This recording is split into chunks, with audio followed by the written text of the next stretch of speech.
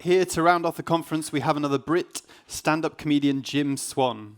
Since his debut in 2012, he's performed twice at the Edinburgh Fringe Festival, appeared on Comedy Central. No, shut up! You're embarrassing me. Okay, more embarrassment then? Some guy who's never done stand-up ever. This is his first time doing stand-up. Please be very kind and supportive, Jim Swann.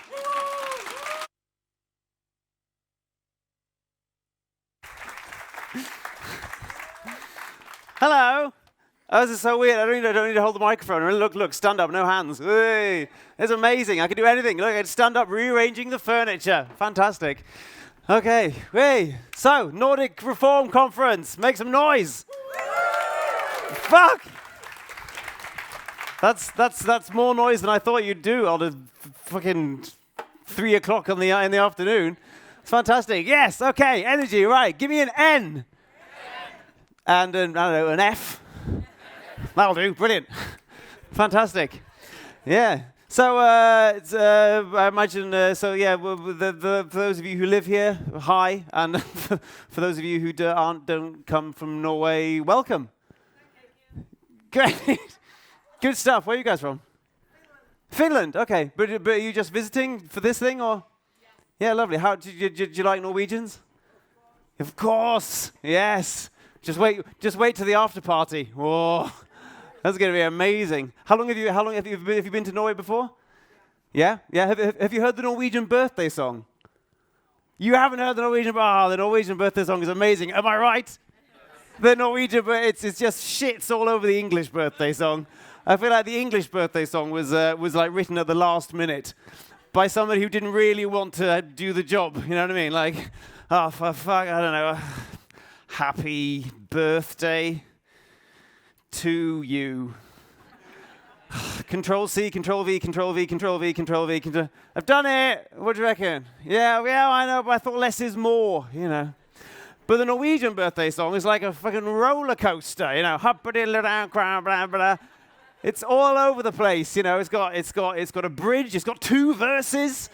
It's got car chases and lightsaber duels. It's incredible, you know. It's like, hooray for you, whose year it is filling. We've all arranged to stand around you in a ring. We've actually rehearsed the dance, is what we've done. Yeah, we're all going to bow and nod and curtsy, and also to show our appreciation to you and respect, we're going to walk around in a ring as well. Yes, because that's the international symbol of appreciation and respect. Yeah. I don't know if you saw the Norwegian Prime Minister abroad, like meeting diplomats and stuff, like, hey, Portugal, nice to meet you. Paraguay, hello. Yeah, embarrassing. But whenever it gets to that, my favorite bit, obviously, is the book a Nick and I bit, which is that's just be a phrase on its own. You know, it's your birthday, oh, book a Nick and I. Right. For those of you who don't know, that means it means bow and nod and curtsy, right? And when people are singing it with kids, then everybody does like the dance. They go bow and nod and curtsy. But then when you're like, it's somebody's like 30th birthday party, and it approaches that bit in the song, everybody looks at each other out the corner of their eyes going, are we gonna do the dance? Or are we just doing the lyrics? We're just doing the lyrics, right? No dancing. Can we all agree in silence while we're singing there's no dancing? And there's always one person, like a drama student, who goes, no, and then if one person starts, everybody goes, oh shit, all right, fuck, we're doing the dance. So, we've got a clicky thing. I've got so much stuff. We've got a laser pen. I was told not to use it. I don't want to kill anybody. Oh shit. Okay, this is great. Okay, so yeah, nice to be here. Nice to finally be referred to as one of the world's leading voices in anything. That's quite nice. I could have maybe chosen a different picture. Yeah, it is, you know, not going to be taken very seriously. So I could have gone with that one. Jim Swann, nice person. Jim Swann, babysitter. Or Jim Swann, my favorite tech wizard. Oh, for fuck's sake! Oh, no, never mind. Never mind. But this has been all over the social media, right? Because they said send in a picture, and I only have stupid pictures, right? And so I sent this one in, and I didn't think it would be used for promoting this event at all, right? So I'm like flipping through Instagram, doom scrolling, and that comes up, and it just says, förening triggeruspolitik, which translates to this thing, right? And it says, join to learn what can be done to minimize the harms caused by both drug use and current drug policies. And it doesn't say, brackets, Jim Swann will be there, the comedian Jim Swann. No. Just look at this fucking freak. Unbelievable. So now, people I know are like, did I see your face? Yes. So now everybody just thinks I'm a drug addict, or more people do anyway. Or it's just confirmed what they already thought they knew to be true. Yeah. So there's oh shit. Yeah. For just those of you who didn't see at the back, there's my face. There's my face. Okay, so it's nice to be. I mean, what were the organizers thinking? What were the organizers thinking? Putting and it's not like anybody knows who I am even. I'm not like a famous Norwegian comedian, right? Okay, never mind. So I need to do. I need to do quite a lot of research for this, right? Because I didn't have loads of material on drugs or anything. So I did research, and it was quite nice actually being able to do research about drugs and be able to claim it's just research. It's research for a gig, right? And not worried about like people looking at my browser history. So I'm hoping to get a gig at the talk at the conference about whether we should criminalize porn next year. It's just research. Trust me, it's so embarrassing when people find stuff on your computer. It's awful. It's the sensible thing to do if you watch something that you're kind of embarrassed about, right? Is that you should just delete it from the history immediately. But I can never be bothered to do that. So I'll just like wait, let it go like half a year, and then just delete everything, which looks a bit suspicious. When someone goes onto your computer and they go, "Oh, I see you've never been on the internet." No. Definitely haven't been looking at porn because I've never used the internet. What? What's internet? I don't know what you're talking about. Yeah. So that's that. And people have been doing drugs forever. This is AI. How good is that? It's brilliant. Although it's kind of funny because like this joint thing just turns into the lip. But that isn't actually that isn't what they did back in the day. But it was like, temperature warning. Is everybody okay? Good, right, okay, great. I did research, and there was like, they found like drug use from like 3,000 years before Christ, but it was all like elites, right? It was all like, in ceremonies and stuff. Obviously the elites still do drugs today, but it's not the same. It's not, they kind of do it. It's a bit sort of hush hush these days, right? But back in those days, it was like, it was part of the ceremony. It wasn't like King Tut, your subjects await you. Okay, yeah. Hello, everybody. Hi, sorry. And yeah, you know what I mean? No, that's fair enough. I'm normally funnier than this. That's all right. So what else have I got here? Yeah. So and like mushrooms. See, this is from like. Did anybody seen this before? It's terrifying. It's horrible, right? Covered in mushrooms, but this is like, I don't know, it goes like way back. What is it, like 1970s or something? It's really old. Super old. No, it's like thousands of years old. And these are from like, I don't know, does anybody know where they're from? Mexico, yeah, probably, yeah, I don't know.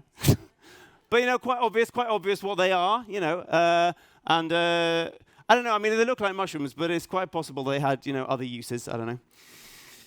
Use your imagination.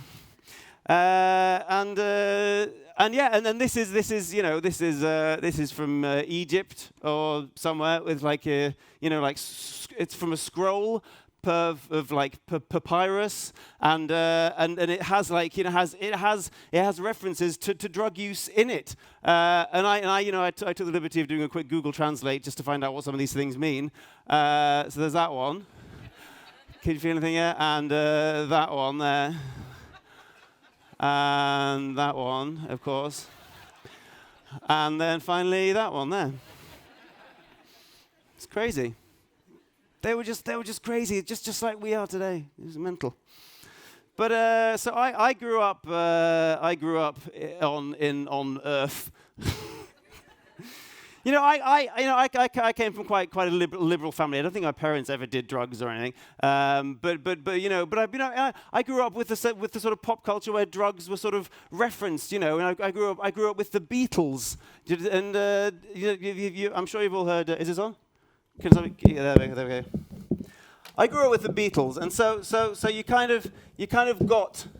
You knew that drugs was this thing, and it sort of altered your mind, and it made people make really amazing art, right? And so and one of the songs in particular, which you may know, is called "Tomorrow Never Knows," which is like one of the Beatles' most like trippy songs. And I remember hearing this when I was a kid and being like, "Wow, that's what." Can you all hear it? Can you hear it? Yeah. And like, wow, that's what doing acid is like. It's like really, really trippy, right? And then I got to the point in my life, when I was at university, and actually had the opportunity to do acid and listen to that song, and it sounded more like this.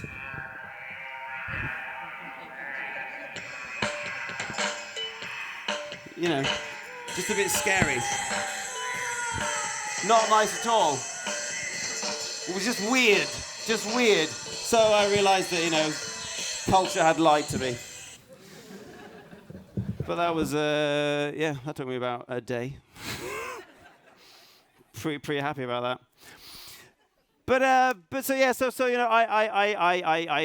I grew up in Norway, but I moved back to England and went to university there, there was never any drugs when I was growing up in Norway, but when I moved back to England, suddenly they were just everywhere, right? I remember us learning about saying no to cigarettes and saying no to alcohol, right? When I was a kid in Norwegian school, but there was never any mention of saying no to drugs or anything. So I was like, okay, oh well, they didn't tell us to not say no. But I like this. I love this just say no. Like if you learn that once at school, then that's all you need. Just say no. Like you're going to be in a situation when you're 19, 20, and hang out with some friends, and suddenly there's a joint going around, and suddenly something just kicks in, and you go, no, thank you, no, I do not want to partake in your drugs, and then they go, oh sorry, I don't know what happened. What's going on? No, nothing. Did you want? No, I don't want any of your drugs. So I didn't just say no. I just said yes. I said yes, please. Yes, please. I would love, because I felt it was kind of like a local dish. You know what I mean? Like, would you try? Oh, go on, I'll try. Well, what is it? Weed? Is that how I'm pronouncing it right? Weed. Interesting. Okay. So that's what I did. So I just, in my very English upper middle class kind of way, I just said yes, please. One drugs, please. One drugs. So I've got 7 minutes left. I've made so many slides. I'm never going to get through them all. That's crazy. Okay. I'll have to jump over that. I'll actually. So I went to uni in England. And I hung out with kind of sort of druggy people. I mean, they weren't drug addicts, or maybe they were. They probably were, but in a sort of socially acceptable way. But it was just a mess. It was just dirt and trash everywhere. It looked like a crack den, but it was just students, really. But that's why English students are just disgusting. And you've got you've got wall-to-wall carpet fucking everywhere. It's just wall-to-wall carpet in the kitchen, wall-to-wall carpet. In the bathroom, wall-to-wall carpet. All the way up to the toilet, wall-to-wall carpet. Up the toilet bowl, down below, under the water level, wall-to-wall carpet. Everywhere. And so I'd go to my friend's house, and they'd make dinner and eat off all the plates, and then they wouldn't wash the plates. And then when there were no plates left, then they'd just eat out of the pans. And then when there were no pans left, they'd eat out of the lids of the pans, right? And then I came round to my friend's house once, and I swear he was sitting on the couch eating spaghetti bolognese off a stop sign. Like, just, you know, when you've eaten everything up and you scrape the sauce off, there's a big word glaring at you there. Stop. Stop. Do the washing up. Unbelievable. But I feel like I was always quite responsible with my drug taking. You know, back at uni. You know, I never did drugs and drove a car. You know, I didn't have a license, so that would have been a bit stupid. You know, I mean, doing drugs and driving when you have a license is one thing, but if you get in a car and you're, you know, on ketamine or something, and you don't have a license, you got to have some pretty big balls and good at explaining when the police come. I don't have a license. I'm just, well, it's okay. We're not going to arrest you because you're just sitting in a car park with no trousers on in a car. Fine then.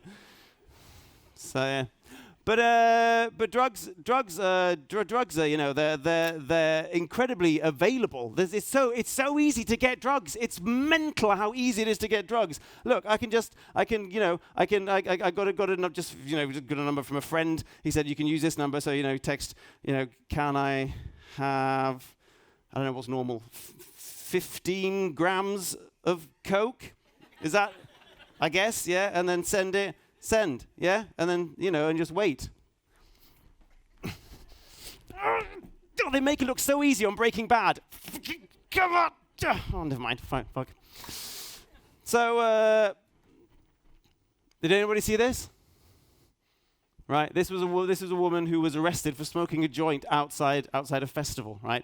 And she was taken to the police station and made to get undressed and squat, right, to see if anything came out. And I just like the idea that they think that this woman was at home and shoved a joint up her arse and was then going to go into a festival and then go into a porta potty and press it out and then look for it in the mountain of poo in the portable toilet and then take it out and light it and share it with her friends.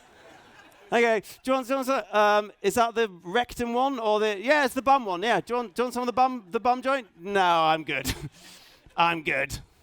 It's ridiculous. I was stopped at Torp, the airport, and they, you know, they saw that guy, obviously that guy, obviously him, and they stopped me and they went through my stuff and they said, okay, do you have any drugs in you, right? Like, do you have anything up you? And I said, no. And they said, if you do, it's easier if you just tell us the truth now, right? And I said, okay. I don't. I don't have any up me. And they went, okay. And then they took me to this room, right? Which was quite nice of them. You know, took me to a room. And I was made to undress. And as I was undressing, the policeman had the nerve to say, just so you know, this is as uncomfortable for me as it is for you. Is it? Is it really? Well, you must be having an awful time.